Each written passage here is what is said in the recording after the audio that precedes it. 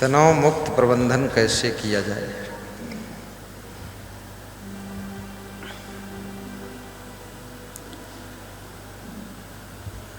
प्रसन्न कैसे रहा जाए।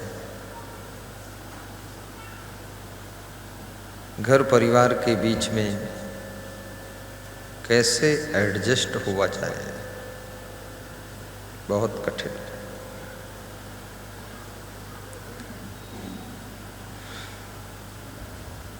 परिस्थितियां बदल रही हैं, शरीर का स्वास्थ्य निरंतर गिरता जा रहा है, संसार का लोड बढ़ता जा रहा है और शरीर बीमारियों से प्रभावित होता जा रहा है। सब काम शरीर से ही होना है। शरीर रोगों का मंदिर बन गया है। कुछ न कुछ झंझट रोज लगा रहता है।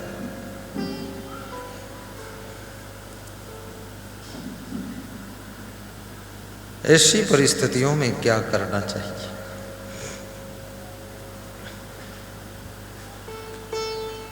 संत कबीर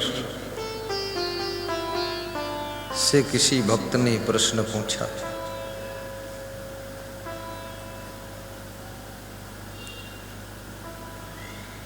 कि मनुष्य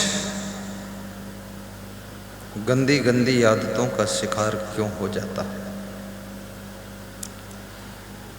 इतना बुद्धिमान समझदार होते हुए भी कभी तो बीड़ी पीता रहता है और कभी शराब पीता है, कभी आलस्य करता रहता है, कभी चिंतित चेहरा बनाकर बैठा रहता है।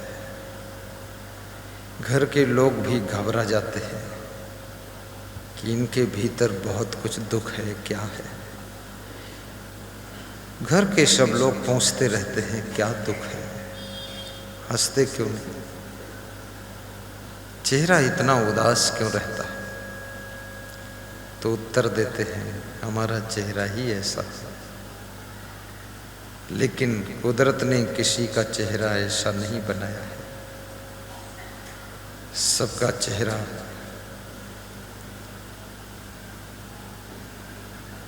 प्रसन्न चेहरा होना चाहिए। जब आप दर्पण देखते हो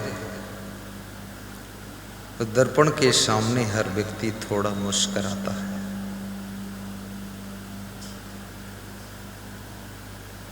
और उसके बाद फिर जैसा का तैसा हो जाता है। क्यों मुस्कुराते हैं आप दर्पण के सामने? क्योंकि मुस्कुराता हुआ पोज बहुत सुंदर होता है। जीवन में दुख, हानि, संकट, वियोग, समस्या, ये सब एक के बाद एक आते थे। संसार को विचारकों ने समुद्र कहा। समुद्र में जैसे एक लहर के बाद दूसरी लहर आती है, दूसरी के बाद तीसरी लहर। पहली बार जब समुद्र मैंने सोमनाथ में देखा, पहली बार किसी चीज को देखो तो बड़ा आकर्षण होता है। तो समुद्र किनारे बैठे बैठे रात में 9 बजे तक देखते रहे। लहर बंद ही नहीं हो रही थी और रात में ज्यादा लहरें उठती। हर मनुष्य के मन रूपी समुद्र में रात में बहुत विचारों की लहरें उठती। जब तुम बेड पर जाते हो तब विचारों की लहरें ज्यादा उठती है। जब तुम अकेले होते हो तब विचारों की लहरों का तांता लग जाता है। कई बार डॉक्टर भी कहते हैं कि तुम सोचते ज्यादा हो।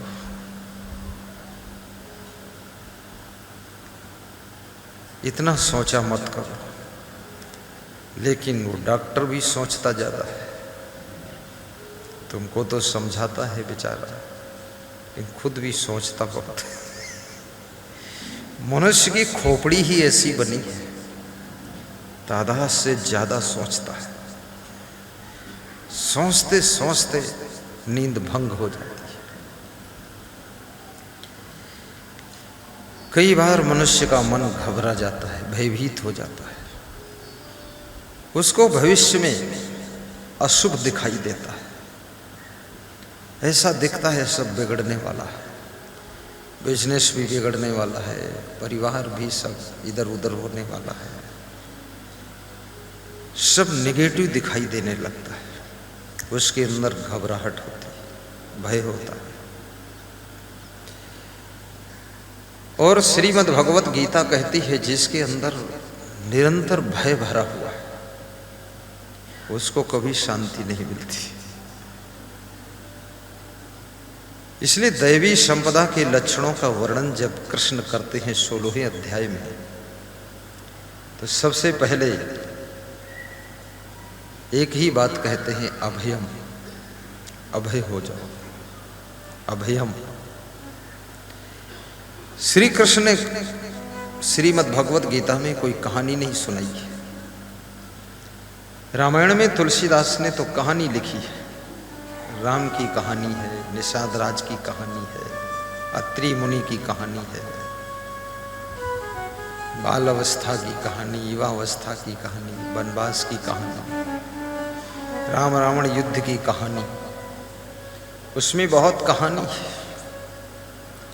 और कहानी सुनने में, कहानी पढ़ने में रस आता है और कहानी से समझ में भी जल्दी आता है। लेकिन एक कबीर और दूसरे कृष्ण, ये कोई कहानी नहीं कहते, सीधे डायरेक्ट इंजेक्शन देते। कृष्ण कहते हैं अभयम, अभय रहो। जब बहू को आना होता है सासू को खुशी है, विवाह तय होता है खुशी है, लेकिन भीतर भय है कहीं विवाह रुक न जाए। खुशी के भीतर भय समाया हुआ है। फिर शादी हो गई, फिर भय है कि बहू तो अच्छी है, कहीं वापस न चली जाए, नाराज होगी, फिर भय है। फिर कोई पोती पोता नहीं हुए तो भय है कहीं बांझ न निकल जाए, कहीं बंध्या न हो जो खाली तमाशा चलता रहे। फिर प्रेग्नेंट भी हो गई, गर्भवती है, तो फिर भय है कि कहीं लड़की ही लड़की न हो जाए। इस भय से मुक्त कब हो जाओगे? कहीं बच्चा मरा हुआ न पैदा हो जाए, कहीं पैदा हुआ जिंदा पैदा हुआ, फिर भय है कहीं कोई निमोनिया बीमारी पकड़ ले, 10-20 दिन में मर न जाए, भय। अभी सारी जिंदगी तुम भय में गुजार रहे हो। कुछ तुम्हारे खुद के भय है और कुछ तुम्हारे परिवार के भय है, कुछ रिश्तेदारों के भय है। बालक बड़ा हुआ, स्कूल जाने लगा, फिर भय है कि रास्ते में कहीं एक्सीडेंट ना हो जाए। सुरक्षित वापस आ रहा है तो भय है पढ़ने में कहीं फेल ना हो जाए। पढ़ गया तो फिर भय है सर्विस मिलेगी कि नहीं मिलेगी। सर्विस मिल गई तो फिर भय है कि वेतन घर में देगा कि नहीं देगा, क्योंकि सर्विस जब मिल जाती है तो बहुत से बच्चे वेतन माँ बाप को देते नहीं। जो माँ बाप 25-30 साल तक उसके पढ़ने में हर हफ्ते पैसा लगाते हैं, हर महीने पैसा लगाते हैं, 25 साल तक लगाते हैं, अब सर्विस लग गई, अब उनको 1 रुपया नहीं देता है। फिर भय है कहीं बुद्धि न बिगड़ जाए, कहीं अटक भटक न जाए। अटक भटक गया वो, दिल्ली गया था, दिल्ली में बिल्ली बन गया। और ऐसी बिल्ली बना, दूध पीने वाली बिल्ली नहीं, दारू पीने वाली बिल्ली। दारू पीने वाला बिलौटा बन के लौटा। बन बिलाओ सब घर बिलाए गया। माँ बाप को बड़ी आशा थी कि अब मेरे घर में कुछ होगा, बड़ा होगा, क्योंकि बेटा सर्विस में।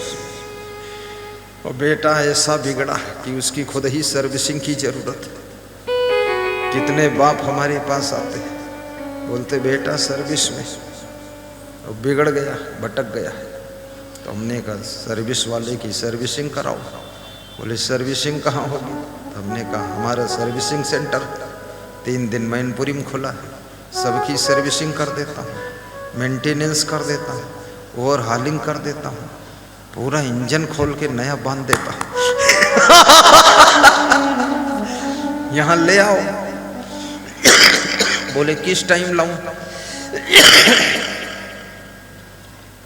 मैंने कहा सत्संग में लाओ, वहाँ सर्विसिंग एक साथ हो जाएगी। बड़े थोड़ा अलग से सर्विसिंग कर दो, स्पेशल। हमने कहा स्पेशल में फिर खर्चा भी होता है, 5 मिनट का 5000। तो बोलते तो साथ में ठीक है, भीड़ में ठीक है। भीड़ में क्या खर्चा है? भीड़ में हमने कहा फोकट में काम हो जाता। इच्छा हो दान करो, इच्छा हो मत करो, फ्री फंड, चलो हो गई सर्विसिंग। सर्विस करने वालों की भी सर्विसिंग की जरूरत है। तुम गाड़ी सर्विसिंग कराते हो, नई गाड़ी, कंपनी का रूल है कि 10,000 किलोमीटर चलने के बाद सर्विसिंग। ट्रक 50,000 किलोमीटर चलने के बाद सर्विसिंग। अब यदि सर्विसिंग नहीं कराओगे तो गाड़ी का मोबिल ऑयल पुराना हो गया, चिकनाई खत्म हो गई, आपका इंजन खराब हो जाएगा। सर्विसिंग में 5,000 का खर्चा, इंजन खराब होगा तो 2.5-3 लाख का खर्चा। ऐसे ही हर आदमी की सर्विसिंग करना पड़ेगा। और कितने लोगों ने तो जब से ये मनुष्य शरीर की गाड़ी मिली है तब से अंधाधुंध चला रहा और सर्विसिंग कराया ही नहीं, नट बोल्ट भी नहीं देखा, फटे टायर चला रहा। सब कर्म इधर उधर, चरित्र बिगड़ गया है, खान पान बिगड़ गया है, माँ बाप भी दुखी है, पत्नी दुखी है, कितनी स्त्रियां बहुत दुखी है, रोती रहती है। उनके पास और कुछ ज्ञान है भी नहीं, रोती रहती है हमारा पति बिगड़ गया है। करवा चौथ में पति की आयु बढ़ाने के लिए व्रत रहती है, बिना चंद्रमा देखे पानी नहीं पीती। चंद्रमा से क्या मतलब है? अपने पति को देखकर दूध पी लो, पानी क्या काम है? तो चंद्रमा देख रही है। पति भी सोचता है व्रत हमारा है और देखती चंद्रमा है, हमको देखो। वो देखती नहीं।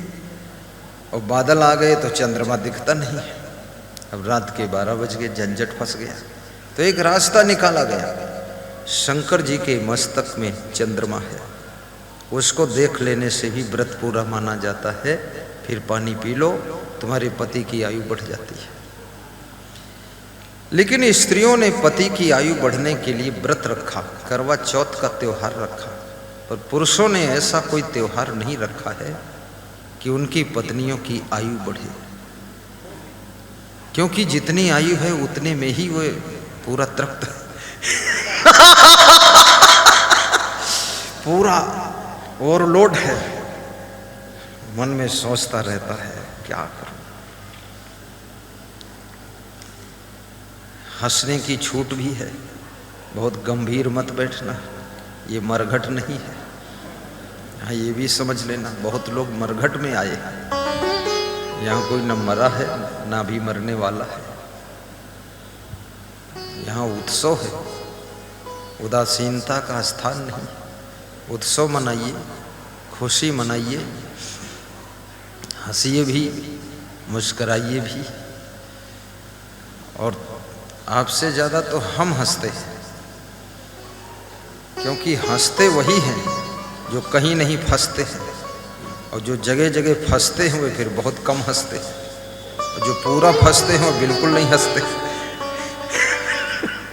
इसलिए फंसो भी मत।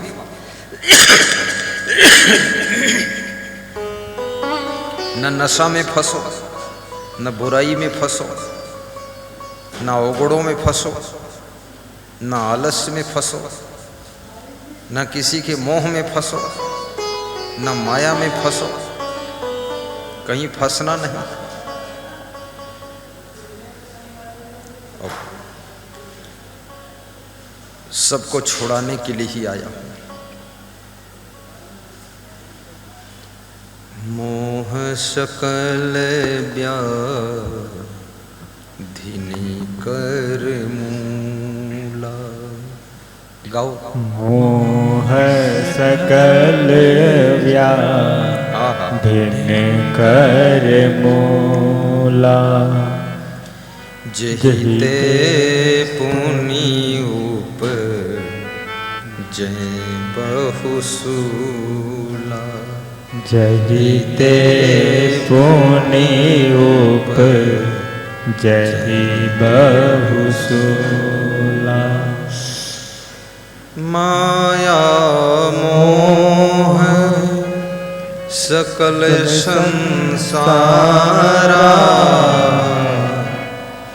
इहे विचारन काहू विचारा। इहे विचारन काहू विचारा। माया मोह सकल संसारा। माया मोह सकल संसारा। इहि विचार न काहू विचारा। यही विचार न काहू विचारा। माया मोह सकल संसारा। माया मोह माया का मोह सकल सकल संसार में